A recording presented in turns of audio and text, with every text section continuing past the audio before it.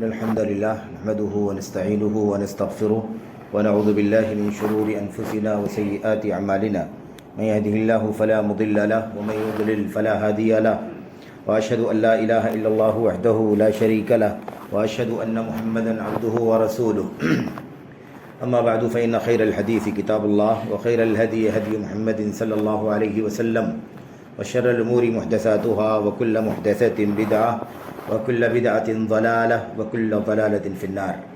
أعوذ بالله من الشيطان الرجيم. بسم الله الرحمن الرحيم. إن الله عنده علم الساعة وينزل الغيث ويعلم ما في الأرحام وما تدري نفس ماذا تكسب غدا وما تدري نفس بأي أرض تموت إن الله عليم خبير.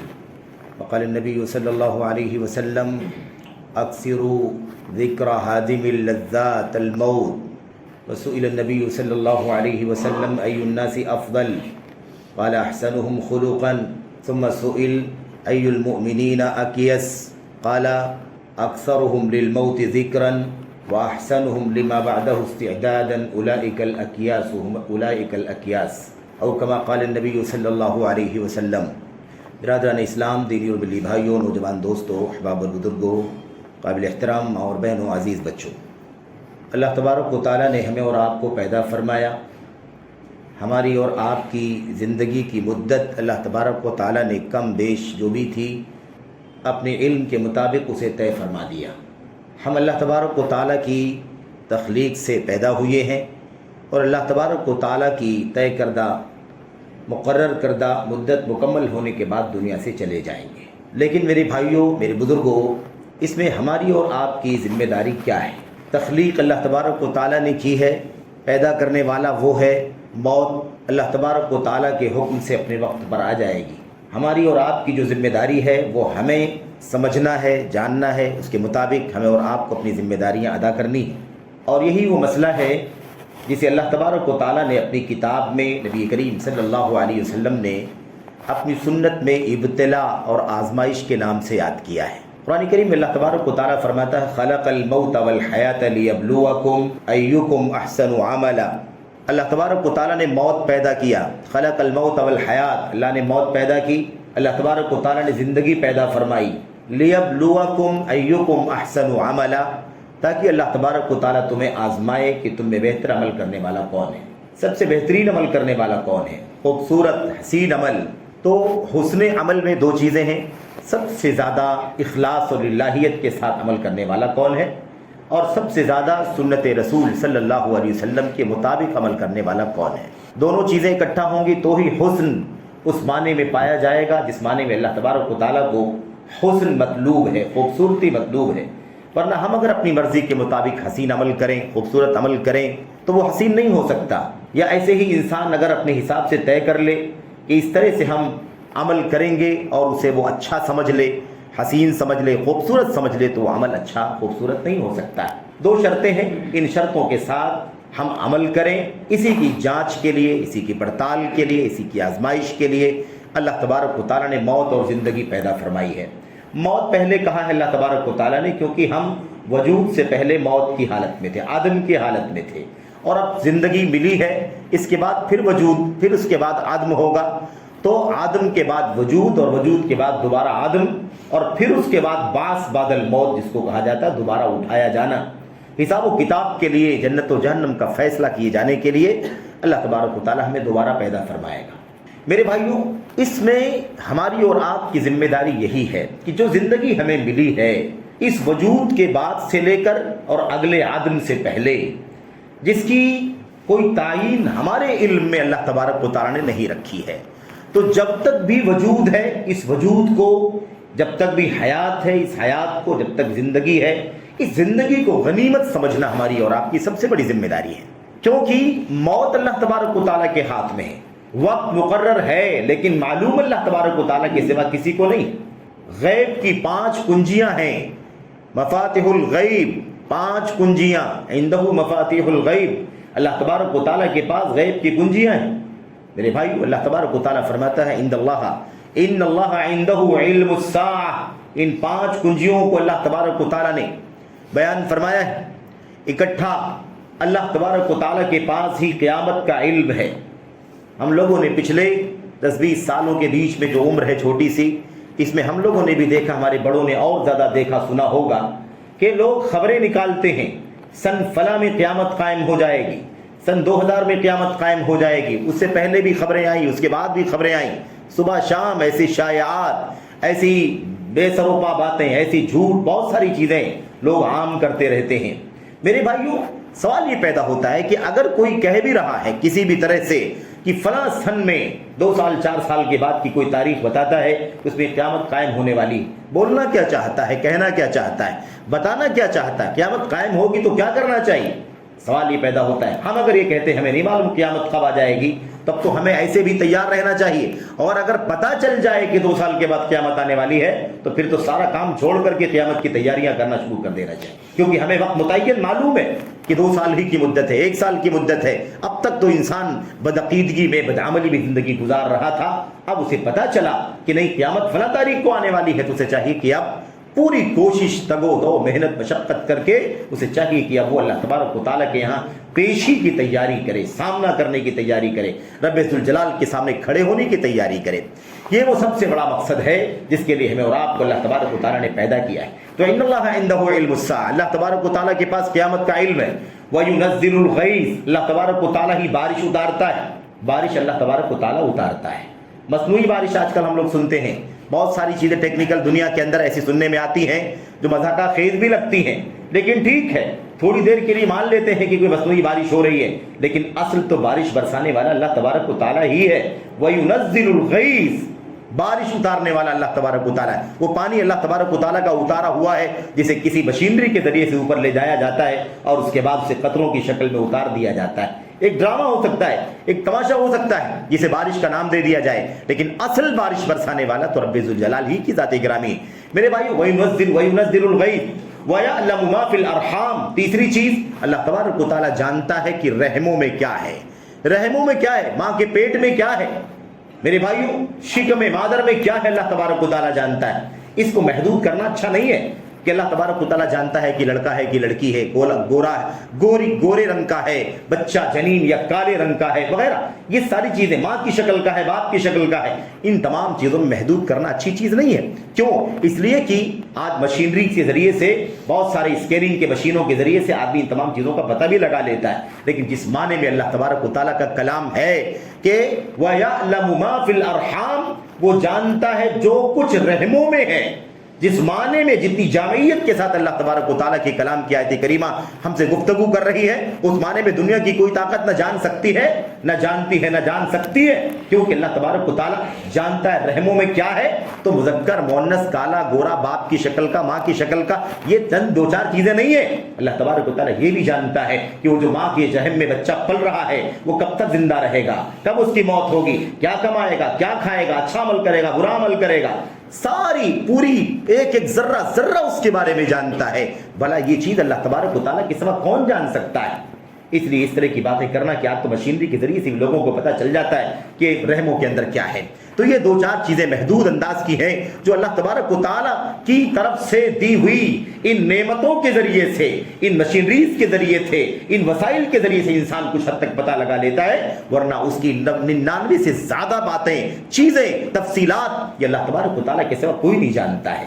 میرے بھائیوں، تو وَيَعْلَمُ مَا فِي الْأَرْحَامِ کے اندر یہ ساری تفصیلات، یہ ساری باریکیاں، یہ سارے اجزاء اللہ تبارک و تعالیٰ جانتا ہے۔ اور اللہ تبارک و تعالیٰ رحموں میں جانتا ہے کیا ہے؟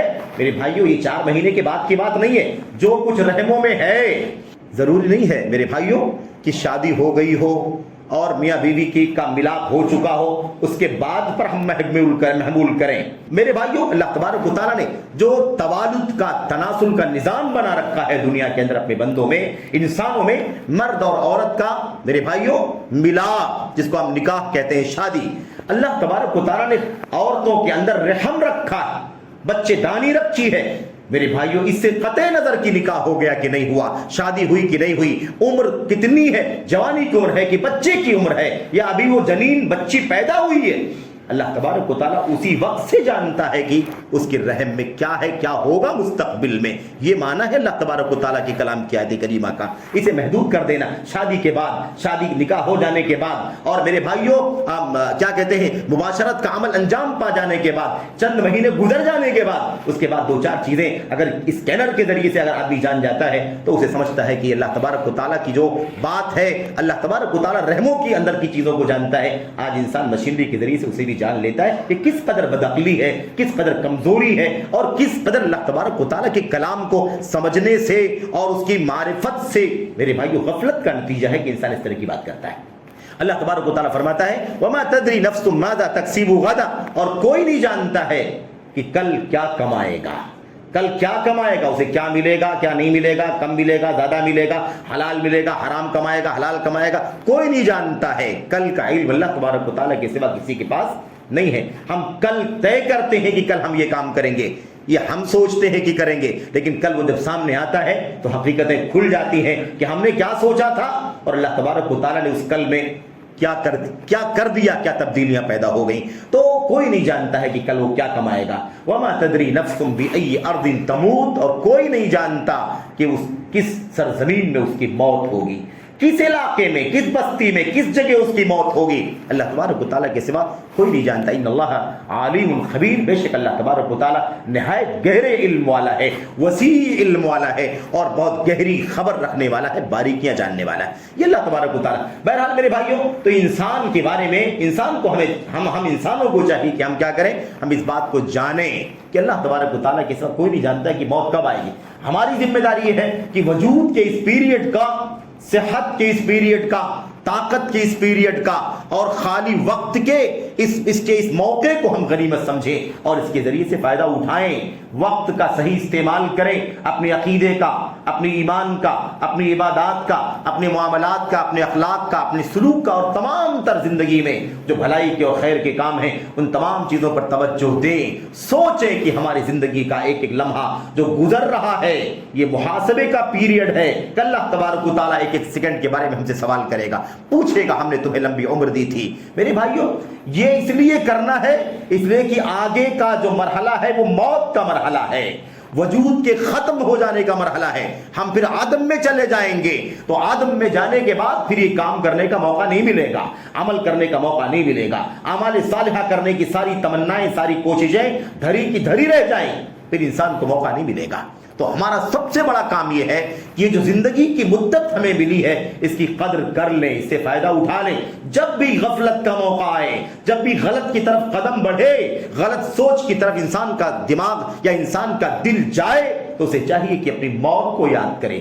مرنا ہے، حساب و کتاب کے لیے اللہ تبارک و تعالیٰ کے سامنے کھڑے ہونا ہے. اللہ تبارک و تعالیٰ سے کہ یہاں ہماری بات پرس ہونی ہے. اچھائیوں کا بدلہ اچھا اور برائیوں کا بدلہ برا اللہ تبارک و تعالیٰ ہمیں دے گا.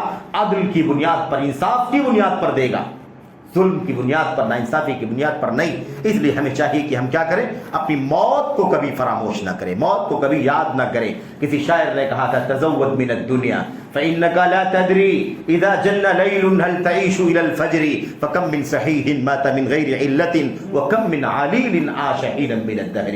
میرے بھائیو، میرے بزرگوں، یہ زندگی کا نقشہ ہے. آج آپ نے صبح صبح خبر سنی ہوگی کہ جماعت کے ایک موقر عالم نوجوان فاضل کی موت ہو گئی اچانک حادثے میں. میرے بھائیوں، اچانک 7-8 لوگ سوار تھے اور 5 لوگ ایک جھٹکے میں موت کے گھاٹ اتر گئے. کون جانتا تھا؟ کل ہمارے ساتھ پروگرام میں، پونا کے پروگرام کے اندر موجود تھے. انہوں نے خطاب کیا، ان کے خطاب سے فارغ ہو جانے کے بعد ہمارا خطاب شروع ہوا، اور اس بیچ میں وہ نکل کر کے اپنے شیڈول کے مطابق وہ میرے بھائیوں سفر شروع کر دیا. انہوں نے، اسے معلوم تھا کہ ابھی ملاقات ہو رہی ہے اور ہم فجر سے پہلے ان کی موت کی خبر سنیں گے. کچھ نہیں کہا جا سکتا میرے بھائیوں. 32 سال کی عمر، انسان سمجھتا ہے کہ ابھی ہٹے کٹے ہیں، جوان ہیں، بازو ہے، بازو میں طاقت ہے، قوت ہے، انرجی ہے، اور جس طرح سے چاہیں گے مستقبل میں ہم بہت کچھ کر لیں گے. میرے بھائیوں، ایک ہٹا کٹا جوان جو سوچتا بھی نہیں ہے کہ اس کی موت ہو سکتی ہے، ایک جھٹکے میں موت کے گھاٹ اتر جاتا ہے. ایک آدمی جو مریض ہوتا ہے، بیمار ہوتا ہے، اللہ تبارک و تعالیٰ کے ہاں اس کی موت کا وقت نہیں آیا ہے تو ایک لمبی مدت تک وہ زندہ رہتا ہے. اس لیے کچھ کہا نہیں جا سکتا. ہمیں اور آپ کو چاہیے کہ ہم اپنے وقتوں کی قدر کر لیں. یہ غفلت کا وقت ہے، مشغولیت کا وقت ہے. اس وقت کو ہمیں میرے بھائیوں اپنے کام میں استعمال کرنا ہے. موت ہمیں اس بات کا پیغام دیتی ہے، موت کی سچائی، موت کی حقیقت ہم سے اس بات کا مطالبہ کرتی ہے کہ یاد رکھو میرے آنے کے بعد پھر سارے امکانات ختم ہو جائیں گے، سارے مواقع ختم ہو جائیں گے، ساری فرصت ختم ہو جائے گی، ساری لذتوں کا خاتمہ ہو جائے گا.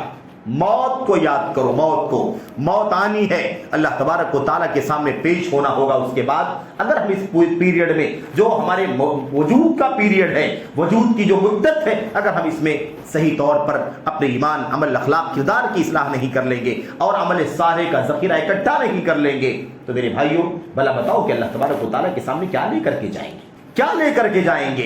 اللہ کے نبی محمد الرسول اللہ صلی اللہ علیہ وسلم کے پاس حضرت جبریل علیہ السلام تشریف لائے. روایت سنن کی ہے، صحیح روایت ہے. علامہ البانی رحمۃ اللہ علیہ اور دیگر محدثین نے، محققین نے روایت کو صحیح قرار دیا ہے. حضرت جبریل تشریف لائے اور اللہ کے نبی صلی اللہ علیہ وسلم سے مخاطب ہو کر کے کہا یا محمد عیش ما شئت فإنک میت واعمل ما شئت فإنک مجزی بہ وَأَحْبِبْ مَنْ شِئْتَ فَإِنَّكَ مُفَارِقُهُ. اللہ کے نبی صلی اللہ علیہ وسلم سے مزید کیا کہا؟ وَعْلَمْ أَنَّ شَرَفَ الْمُؤْمِنِ قِيَامُهُ بِاللَّيْلِ وَعِزُّهُ اسْتِغْنَاؤُهُ عَنِ النَّاسِ.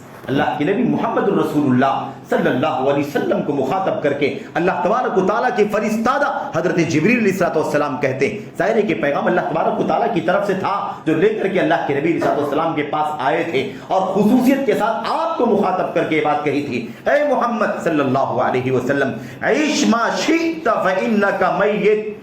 جتنی زندگی ملی ہے جی لو، یقیناً تمہیں موت کے گھاٹ اترنا ہی اترنا ہے. جو زندگی مل رہی ہے جتنا چاہتے ہو جیو، اس کے بعد تو مرنا ہی مرنا ہے. موت تو آنی ہی آنی ہے، موت سے کسی کو چھٹکارا نہیں ہے.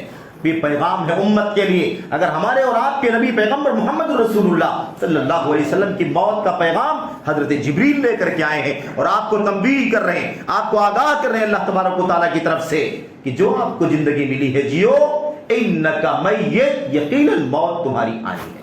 اس کے بعد کیا فرمایا؟ وَعْمَلْ مَا شِئْتَ، اور جو عمل کرنا چاہتے ہو کر لو، فَإِنَّكَ مَجْزِيٌّ بِهِ، تمہیں اس کی جزا ضرور ملے گی، اس کا بدلہ تمہیں ضرور ملے گا. اچھا کرنا چاہو تو اچھا کر لو، اچھائی کا بدلہ اچھا ملے گا. اگر تم برائی کرنا چاہو تو برائی بھی کر سکتے ہو، لیکن اس کا بدلہ بھی تمہیں برائی کی شکل میں ملے گا. ایک پیغام ہے، لیکن ظاہر ہے کہ محمد الرسول اللہ صلی اللہ علیہ وسلم کیسے برا کر سکتے ہیں؟ آپ کو تو اللہ تبارک و تعالیٰ نے اچھائیوں کا علم بردار بنا کر کے دنیا میں بھیجا تھا. لیکن ایک پیغام ہے کہ انسان کو زندگی ملی ہے، اب وہ اپنے اختیار کے مطابق اچھا بھی کرتا ہے، اپنے اختیار کے مطابق برا بھی کرتا ہے. جو چاہے کرے، اچھائی کا بدلہ اچھا ملے گا اور برائی کا بدلہ اسے برا ملے گا. تو وَعْمَلْ مَا شِئْتَ، جو چاہو کر لو، فَإِنَّكَ مَجْزِيٌّ بِهِ، تمہیں اس کی جزا ضرور دی جائے گی، اس کا بدلہ تمہیں ضرور دیا جائے گا. وَأَحْبِبْ مَنْ شِئْتَ فَإِنَّكَ مُفَارِقُهُ، اور جس سے چاہو دوستی کر لو، جسے چاہو محبت کر لو، جسے چاہو اپنا عزیز بنا لو، محبوب بنا لو. فَإِنَّكَ مُفَارِقُهُ، ایک دن آئے گا جس دن تم ان سے ضرور جدا ہو جاؤ گے. دنیا میں کون کس سے دوستی رکھتا ہے، تعلقات رکھتا ہے میرے بھائی، قربت رکھتا ہے، بہت زیادہ عقیدت اور ارادت اور لگاؤ رکھتا ہے، لیکن موت دونوں میں تفریق کر دیتی ہے. میرے بھائیوں، ہم اپنی ماں کی موت کو جھیلتے ہیں کہ نہیں جھیلتے؟ ماں اپنے بچے کی موت کو برداشت کرتی ہے کہ نہیں کرتی ہے؟ ایک شوہر اپنی بیوی کی موت کو، ایک بیوی اپنی شوہر کی موت کو، تو کتنا بھی کوئی قریب ہو جائے لیکن موت دونوں میں جدائی کی پیدا کر دیتی ہے. فَإِنَّكَ مُفَارِقُهُ، تم اس دوست سے، اس محبوب سے ضرور بھی ضرور جدا ہو جاؤ گے. اس کے بعد کیا کہا؟ دو باتیں اور مزید کہیں. وَعَلَمْ، اور اللہ کے نبی محمد صلی اللہ علیہ وسلم آپ اس بات کو بھی جان لیجئے، أَنَّ شَرَفَ الْمُؤْمِنِ قِيَامُهُ بِاللَّيْلِ وَعِزُّهُ اسْتِغْنَاؤُهُ عَنِ النَّاسِ. عزت اور شرافت تو لفظ بہت استعمال کرتے ہیں ہم لوگ بھی اردو میں، کہتے ہیں بڑی عزت کی بات ہے، بڑی شرف کی بات ہے. عزت اور شرف اللہ کے نبی محمد الرسول اللہ صلی اللہ علیہ وسلم کی حدیثوں میں حضرت جبریل علیہ السلام نے سمجھایا اللہ تبارک و تعالیٰ کی طرف سے، اور نبی علیہ السلام کو سمجھایا، اے اللہ کے نبی آپ جانیے اور جانیے، یعنی آپ بھی جانیے، اور یہ علم اللہ تبارک و تعالیٰ کی طرف سے آپ کو پہنچایا جا رہا ہے، اپنی امت کو یہ پیغام پہنچا دیجئے، اپنی امت کو سمجھا دیجئے۔ آپ جان لیجئے ان شرف المؤمن قیامہ باللیل، مومن کا شرف، ایک ایمان والے کی سعادت، ایک ایمان والے کا شرف، اونچا مقام کیا ہے؟ وہ فرائض کے بعد، واجبات کے بعد، ضروری کاموں کے بعد، اعمال صالحہ میں جس کا درجہ فرائض کا ہے، ان سب کے بعد کیا کرنا چاہیے؟ قیامہ باللیل۔ اسے چاہیے کہ اگر وہ شرف چاہتا ہے، بلندی چاہتا ہے، تو وہ رات میں اللہ تبارک و تعالیٰ کے لیے قیام اللیل کرے، قیام اللیل کرے، رات میں اٹھ کر کے جو اسے توفیق ملے 2 رکعت 4 رکعت 6 رکعت پڑھے اللہ تبارک و تعالیٰ کے لیے، اللہ کی رضا کے لیے، تنہائیوں میں کھڑے ہو کر کے، دنیا سو رہی ہو تو اس وقت اٹھ کر کے اللہ تبارک و تعالیٰ کے لیے نمازیں پڑھے۔ میرے بھائیو، وَصَلُّوا بِاللَّيْلِ وَالنَّاسُ نِيَامٌ تَدْخُلُ الْجَنَّةَ بِسَلام۔ لاسٹ میں ہے نا، لاسٹ میں کیا ہے؟ یہ بھی ایک چیز ہے، افشوا السلام وصلوا الارحام، اور اس کے بعد کیا کہا؟ وَصَلُّوا بِاللَّيْلِ وَالنَّاسُ نِيَامٌ تَدْخُلُ الْجَنَّةَ بِسَلام۔ جب لوگ سو رہے ہوں خواب خرگوش میں، گہری نیند میں، نرم گرم بستروں پر سو رہے ہوں، اس وقت تمہیں چاہیے کہ اٹھ کر کے اللہ تبارک و تعالیٰ کے لیے 2 رکعت 4 رکعت 6 رکعت 8 رکعت قیام اللیل کرو۔ یہ مومن کا شرف ہے، مومن کی سعادت کی بات۔ وَعِزُّهُ، اور اس کی عزت، خودداری کیا ہے؟ خودداری بلندی یہ ہے، استغناؤہ عن الناس، لوگوں سے بے نیاز۔ محتاجگی کس کی؟ اللہ تبارک و تعالیٰ کی۔ مانگنا کس سے؟ اللہ تبارک و تعالیٰ سے۔ چاہت کس سے؟ اللہ تبارک و تعالیٰ سے۔ لالچ کس سے؟ اللہ تبارک و تعالیٰ سے۔ کسی انسان سے، کسی بڑے سے، کسی چھوٹے سے، کسی حقیر سے، کسی میرے بھائی اونچے سے، نیچے سے، کسی سے کوئی بھی لالچ، کوئی بھی تڑپ، کوئی بھی تمنا، کوئی بھی کچھ بھی نہیں ہونا۔ استغنا، بے نیازی نہیں چاہیے۔ آپ کی سے ہمیں کوئی لالچ نہیں ہے، آپ سے ہمیں کوئی تمنا نہیں ہے کہ آپ ہمیں کچھ دیں گے، اس لالچ میں انسان رہے۔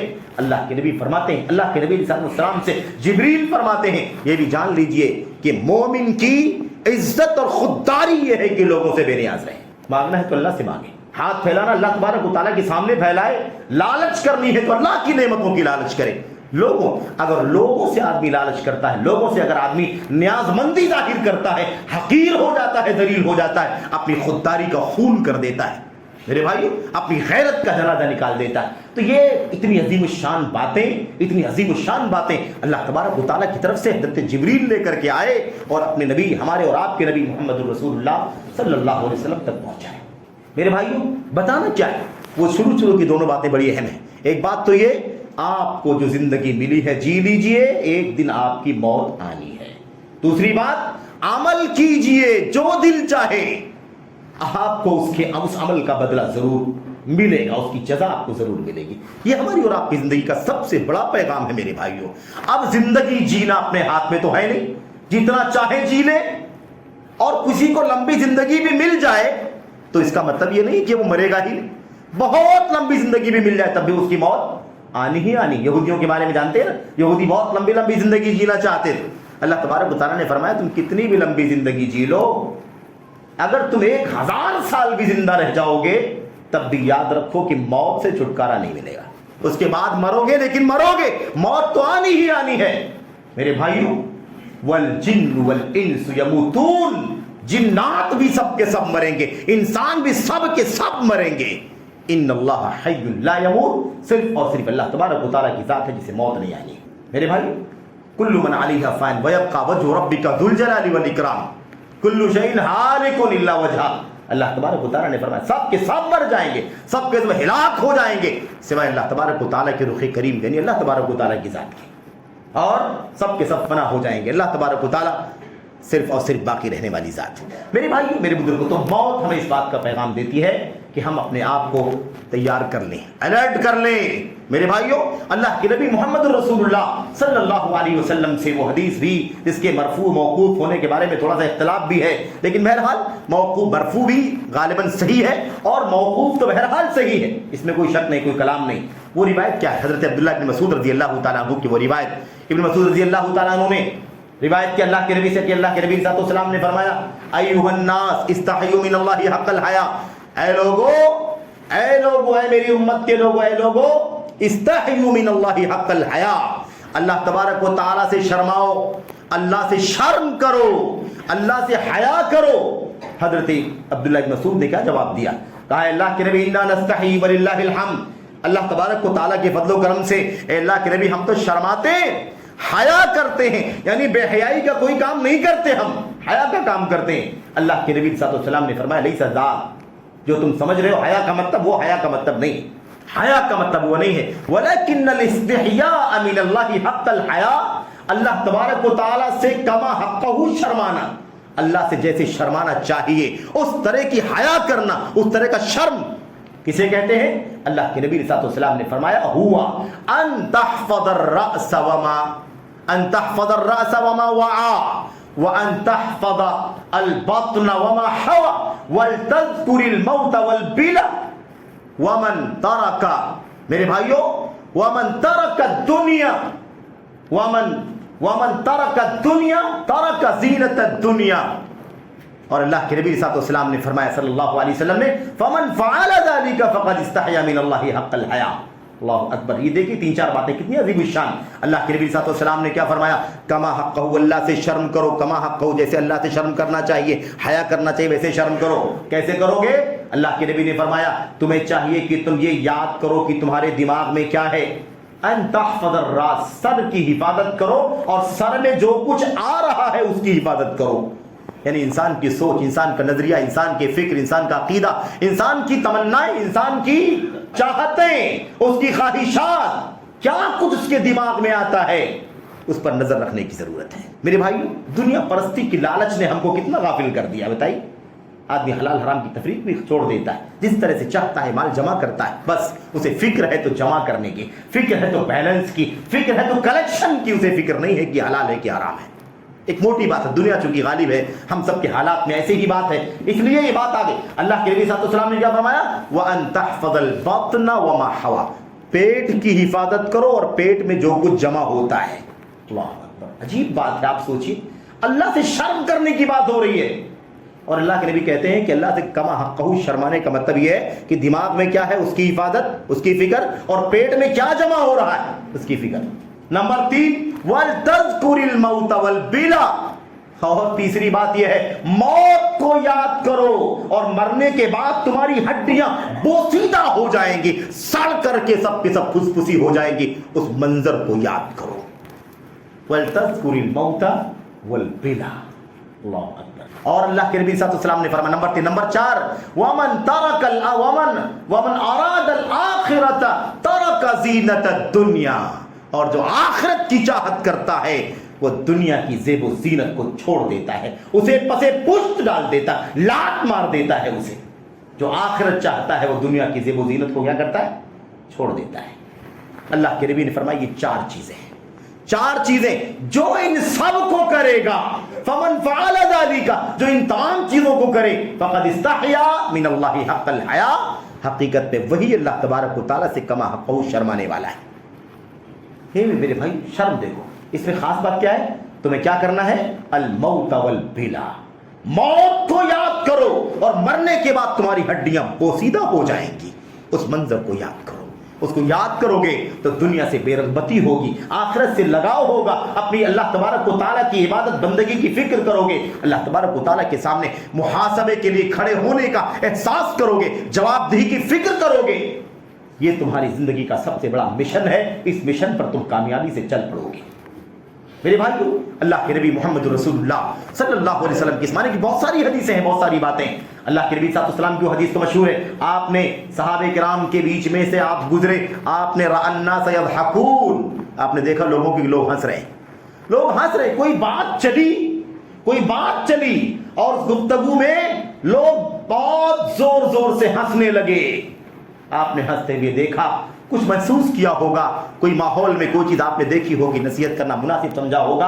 اللہ کے نبی صلی اللہ علیہ وسلم نے آپ نے جیسے دیکھا کہ ہنس رہے ہیں، کہے لگا کر آپ نے فرمایا اکثروا ذکر ہادم اللذات الموت، لوگوں بہت ہنس رہے ہو، کثرت کثرت سے موت کو یاد کرو جو ساری لذتوں کو کاٹ دینے والی چیز ہے. ساری لذتیں ختم ہو جائیں گی. آپ سوچئے انسان نہ جانے کیسے کیسے پلان بناتا ہے, منصوبے بناتا ہے, کیسے کیسے ماحول میں رہتا ہے, رہنا چاہتا ہے, لیکن ایک موت آتی ہے ساری لذتوں کے بیچ میں آڑ بن کر کے کھڑی ہو جاتی ہے, ساری کی ساری تمنائیں چاہتے خواہشات دھری کی دھری رہ جاتی.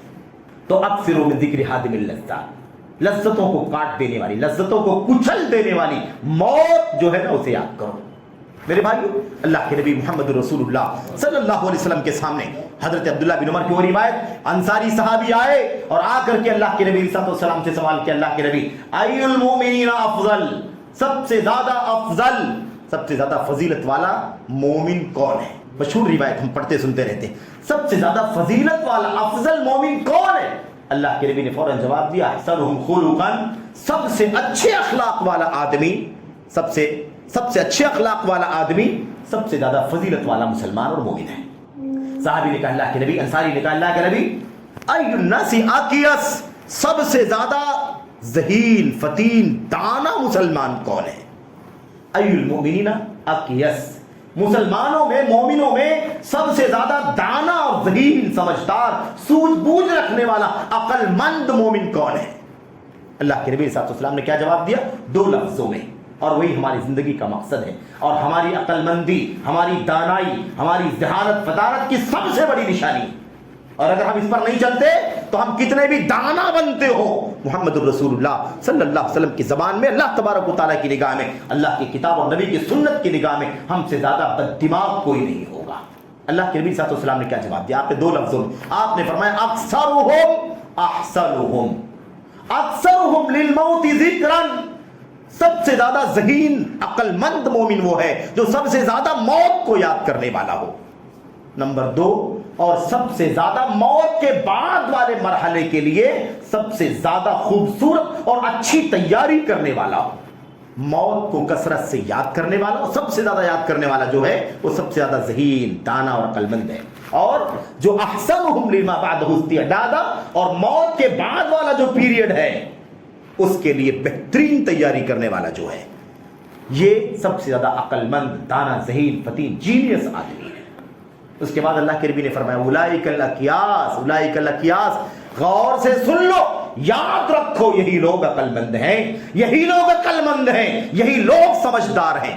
دنیا نہ جانے کس کس کو سمجھدار سمجھتی ہے, یا ہم کہاں کہاں اپنے آپ کو بڑا ذہین فتین اور دانا سمجھتے ہیں. یہ دانا ہے, یہ سمجھدار ہے, یہ عقل مند ہے, یہ سوجھ بوجھ رکھنے والا مسلمان ہے, جس کے بارے میں شہادت دی محمد الرسول اللہ صلی اللہ علیہ وسلم نے کہ سب سے زیادہ عقل مند وہ ہے جو انسان موت کو کثرت سے یاد کرتا ہو اور اچھی سے اچھی آخرت کے لیے تیاری کرتا ہو.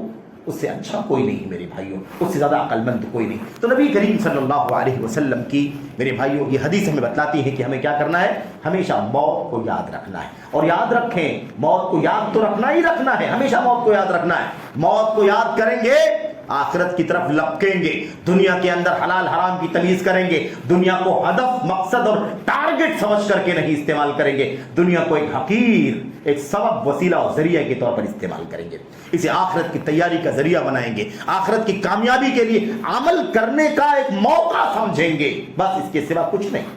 تیاری کا پیریڈ ہے, بس منزل آخرت آگے آ رہی ہے. میرے بھائیوں, اللہ کے نبی محمد رسول اللہ صلی اللہ علیہ وسلم کی حدیثیں اس بارے میں بہت ساری حدیثیں. ہماری اور آپ کی ذمہ داری ہے کہ ہم اس مسئلے کو سمجھنے کی کوشش کریں. ہمیں دنیا کی مشغولیات نے, رنگینیوں نے, زرق برق ماحول نے ہمیں غفلت میں ڈال دیا ہے. میرے بھائیوں, آج ہماری حالت زار یہی ہو چکی ہے. اچھا, دوسری بات, جب ہم نعمتوں میں پلتے ہیں, خوشحال زندگی گزارتے ہیں, دولت کی, صحت کی, عافیت کی, مال, زمین, دکان, مکان, انبار, گاڑیاں, وسائل, جب ہم خوشحال زندگی گزارتے ہیں تب تو اللہ تبارک و تعالیٰ کو فراموش کیے رہتے ہیں, موت کو یاد ہی نہیں کرتے, موت کو بھول جاتے ہیں, ایسا لگتا ہے کہ موت آئے گی بھی نہیں. اور جیسے کوئی مصیبت آتی ہے, کوئی بیماری آ گئی تو آدمی کہتا ہے کہ مر جانا ہی بہتر ہے, تمنا کرتا ہے کہ مر جاؤں. اتنا مایوس ہو جاتا ہے اپنی زندگی. اس کا مطلب یہ ہے کہ سارا ہدف, سارا ٹارگٹ دنیا کی کامیابی ہے, اور ساری ناکامی دنیا کی ناکامی ہے. خوشحال تھا تو آخرت کو, موت کو فراموش کیے بیٹھا تھا, اور حالات خراب ہوئے تو موت کی تمنا کرنے لگا. دنیا کا مزہ صرف چاہیے اس کو، دنیا کی لذت صرف چاہیے ہمیں. یہ ہماری حالت ہو گئی. الا ماشاء اللہ الا من رحم اللہ. میرے بھائی یاد رکھیں موت کی تمنا کرنا بھی جائز نہیں ہے. موت کی تمنا کرنا بھی جائز نہیں ہے. خودکشی کرنا تو بہت دور کی بات ہے. تمنا کرنے سے کوئی مر نہیں جائے گا. اگر کوئی تمنا کرے کہ اے اللہ میں چاہتا ہوں میری موت ہو جائے، کاش میں مر جاتا، آدمی 100 بار بولے 1000 بار بولے، اگر وقت مقرر نہیں آئے گا تو کیا موت ہو جائے گی؟ اس کی موت نہیں ہوگی. لیکن پھر بھی تمنا کرنے سے منع کیا گیا ہے. لا یتمنین احدکم الموت لضر اصابہ. کسی آدمی کو کوئی تکلیف پہنچ جائے، اس تکلیف کی وجہ سے وہ تمنا کرتا ہے اگر موت کی، ہرگز موت کی تمنا نہ کرے. اگر بولنا ہی ہے، اگر لازماً کچھ نہ کچھ کہنا ہی ہے، تو حالات کی نزاکت کی بنیاد پر پریشانیوں کے اندر بھی اگر کچھ کہنا چاہتا ہے تو موت کی تمنا تو نہیں کر سکتا. اسے کہنا ہے تو وہ ایسے کہے. کیا کہے؟ وہی اللہم، ہم جانتے ہیں بار بار، اے اللہ اگر تو جانتا ہے کہ زندگی میرے لیے بہتر ہے تو مجھے زندہ رکھ، زندگی عطا فرما، اور تو جانتا ہے کہ میرے حق میں موت بہتر ہے تو مجھے موت دے دے. ہے کہ نہیں؟ احیری ما كانت الحیات خیرا لی وتوفنی اذا كانت الوفاۃ خیرا لی. یہ اللہ کے نبی صلی اللہ علیہ وسلم کی تعلیم ہے.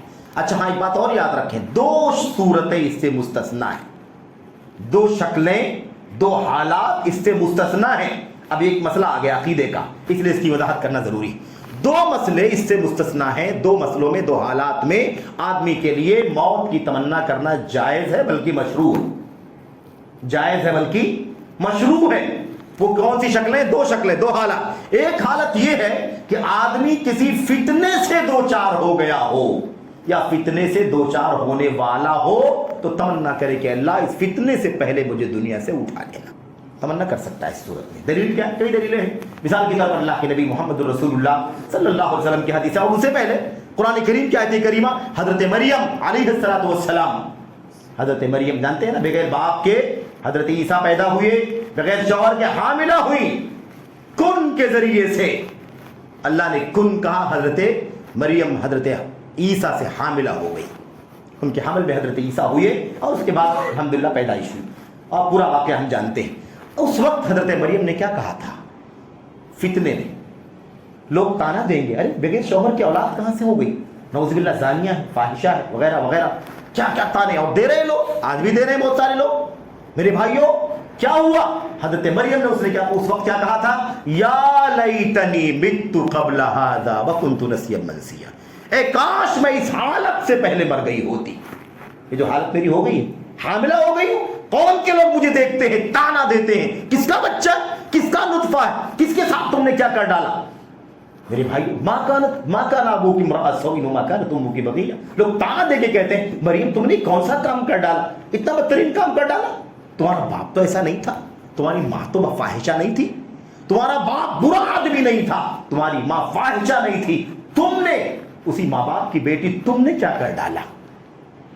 تو اس وقت کیا کہا تھا انہوں نے؟ یا لیتنی مت قبل ھذا وکنت نسیا منسیا. اے کاش میں اس ماحول، اس وقت سے پہلے، اس حالت سے پہلے، جس حالت سے میں گزر رہی ہوں، کاش اس سے پہلے میں مر گئی ہوتی اور بھولی بسری ہو گئی ہوتی. یعنی مر کے میرا معاملہ ختم ہو چکا ہوتا، لوگ فراموش کر چکے ہوتے، یاد بھی کسی کو نہیں ہوتا کہ کوئی مریم تھا، کوئی مریم تھی، کسی مریم کا کوئی مسئلہ تھا، ایسا ہوا تھا، یہ معاملہ ہی نہ ہوتا. تو دیکھا آپ نے. اور اس کی دلیل نبی کریم صلی اللہ علیہ وسلم کی حدیثوں میں کیا ہے؟ اللہ کے نبی صلی اللہ علیہ وسلم نے ایک لمبی حدیث، حضرت جابر یا حضرت معاذ بن جبل رضی اللہ تعالیٰ عنہ کی روایت میں، ایک لمبی حدیث میں اللہ کے نبی صلی اللہ علیہ وسلم نے فرمایا تھا، اللہم اذا اردت فتنة بعبادک یا اذا اردت بعبادک فتنة فاقبضنی الیک غیر مفتون. اے اللہ اگر تو نے اپنے بندوں کے ساتھ فتنے کا ارادہ کر رکھا ہے تو مجھے فتنے میں ڈالنے سے پہلے دنیا سے اٹھا لے. تو فتنے میں، آزمائش کے پڑھنے سے پہلے ایمان کی آزمائش، عقیدے کی آزمائش، عزت و آبرو کی آزمائش، ایسے مسائل جس میں انسان ایمان عقیدے کے حوالے سے، آبرو کے حوالے سے بدنام ہو جائے گا، فتنے مبتلا ہو جائے گا، تو ایسی صورت میں انسان موت کی تمنا کر سکتا ہے. ظاہر ہے کہ موت تو تمنا کرنے سے آئے گی نہیں، لیکن مسئلہ عقیدے کا کیا ہے کہ تمنا کر سکتا ہے، بلکہ تمنا کرنا مشروع ہے. دوسری شکل جو ہے موت کی تمنا کے حوالے سے، وہ کیا ہے؟ وہ یہ ہے کہ آدمی موت کی تمنا کرے، یعنی شہادت کی موت کی تمنا کرے. موت شہادت کی، اور اس کی بہت ساری دلیلیں خود نبی کریم محمد رسول اللہ صلی اللہ علیہ وسلم نے اپنی صحیح حدیث میں فرمایا تھا، آپ نے فرمایا تھا لَوَدِدْتُ أَنِّي أُقْتَلُ ثُمَّ أُحْيَا ثُمَّ أُقْتَلُ ثُمَّ أُحْيَا ثُمَّ أُقْتَلُ ثُمَّ أُحْيَا، میری تمنا ہے، میری چاہت ہے دلی کہ مجھے شہید کر دیا جائے، میں شہید کر دیا جاؤں، پھر زندہ کیا جاؤں، پھر شہید کیا جاؤں، پھر زندہ کیا جاؤں، پھر شہید کیا جاؤں، پھر زندہ کیا جاؤں۔ میرے بھائی، حضرت عمر بن خطاب رضی اللہ تعالیٰ عنہ نے کہا تھا اللہ میری تمنا ہے کہ تیری راہ میں موت ملے تو شہادت کی موت ملے، اور اللہ نے شہادت کی موت عطا فرمائی۔ اور اللہ کے نبی صلی اللہ علیہ وسلم کی حدیث ہے کہ جو اللہ تبارک و تعالیٰ سے صدق دل کے ساتھ، سچے ایمان اور عمل کے ساتھ رہتے ہوئے، سچے ایمان کے ساتھ، اخلاص کے ساتھ اللہ سے دعا کرتا ہے کہ اللہ مجھے شہیدوں کا مقام عطا فرما، تو اپنے گھر کے بستر پر بھی سویا ہوتا ہے تو اللہ تبارک و تعالیٰ اسے شہادت کا مقام عطا فرماتا ہے۔ تو شہادت کے لیے بہرحال موت کی دعا، شہادت والی موت مانگی جا سکتی ہے، اللہ مجھے شہادت کی موت عطا فرما۔ بہرحال تو یہ دو مسئلے اس سے مستثنا ہیں۔ میرے بھائیوں، آخری بات خلاصے کی یہ ہے کہ وہ وقت آنے سے پہلے، قبل اس کے کہ وہ وقت آئے جب ہم حسرت و افسوس کریں، میرے بھائیوں قرآن کریم کے اندر اس کا نقشہ کھینچا گیا ہے۔ انفقوا مما رزقناکم من قبل ان یأتی احدکم الموت فیقول رب لولا اخرتنی الی اجل قریب فاصدق واکن من الصالحین۔ خرچ کر لو اللہ کی راہ میں، دے دو مال حلال کا اللہ تبارک و تعالیٰ کی راہ میں، خرچ کرو۔ ایک مثال ہے خرچ کرنے کی، نماز پڑھو اللہ کے لیے، روزہ رکھو اللہ کے لیے، حج کرو اللہ کے لیے، زکات دو اللہ کے لیے، حرام کاموں سے بچو اللہ تبارک و تعالیٰ کی رضا کے لیے، ساری نیکیاں کرو اللہ تبارک و تعالیٰ کی رضا کے لیے، اعمال صالحہ کرو، اعمال سیئہ سے اپنے آپ کو بچاؤ اللہ کے لیے، قابل اس کے کہ وہ دن آئے، موت کا دن آ جائے، آخری دن آ جائے اور آدمی افسوس کرے۔ کیا کرے؟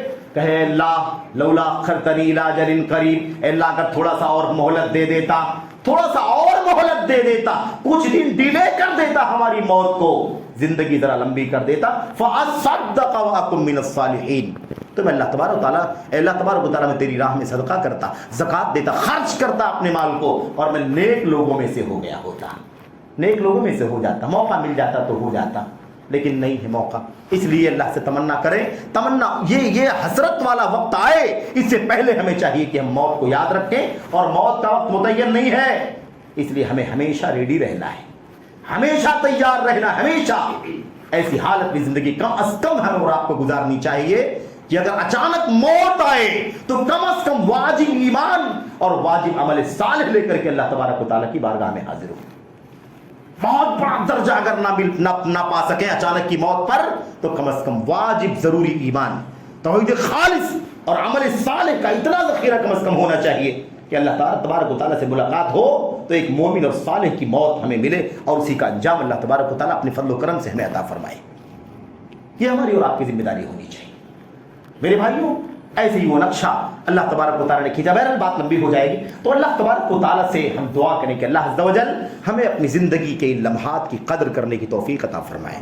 موتیں اچانک آتی ہیں، موت میرے بھائیوں اچانک آتی ہے، زندگی وفا نہیں کرے گی، زندگی وفا نہیں کر سکتی۔ کب موت آ جائے، کب زندگی ختم ہو جائے، کب ساری مہلت چھین لی جائے، میرے بھائیوں اللہ کے نبی نے فرمایا قیامت جب آئے گی نا اچانک آئے گی۔